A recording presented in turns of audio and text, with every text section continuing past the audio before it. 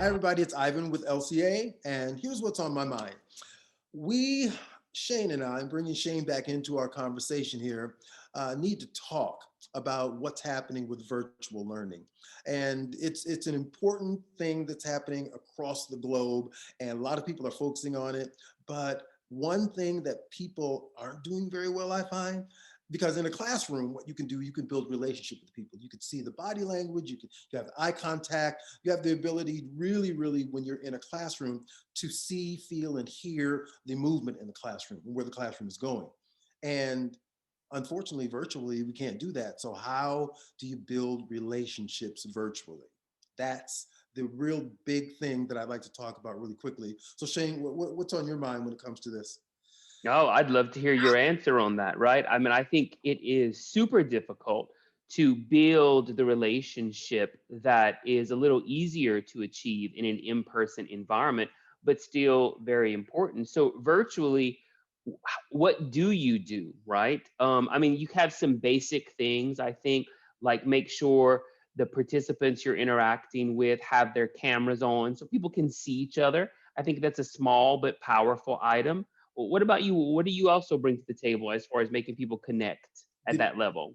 Depending on the amount of people you're going to have in your virtual session, if you have a larger session, something like this won't work, but I'm finding in smaller sessions, and I'm talking about anywhere from 10 to 15 people, the thing that you need to do to build the relationship is your pre-work with them. And the pre-work is what we call learner isolation interviews. So what we'll do is we will set up an interview and we'll talk to each one of them to get to know them a little bit outside of the virtual call we're about to get into. And we found that just making that connection with them on the phone and sharing something personal and asking them how they feel about jumping into this virtual classroom as we're moving forward has been a powerful thing for them and us in the relationship building piece of it. So that's number one. Well, I'll take it one step further, Ivan. I mean, you're referring to that kind of relationship between the facilitator, faculty, individual with the participants involved in the learning, and I think that's so very important. Wise item there as far as a smaller engagement. I would add to that. There's also an opportunity for the participants to do that through pre-work.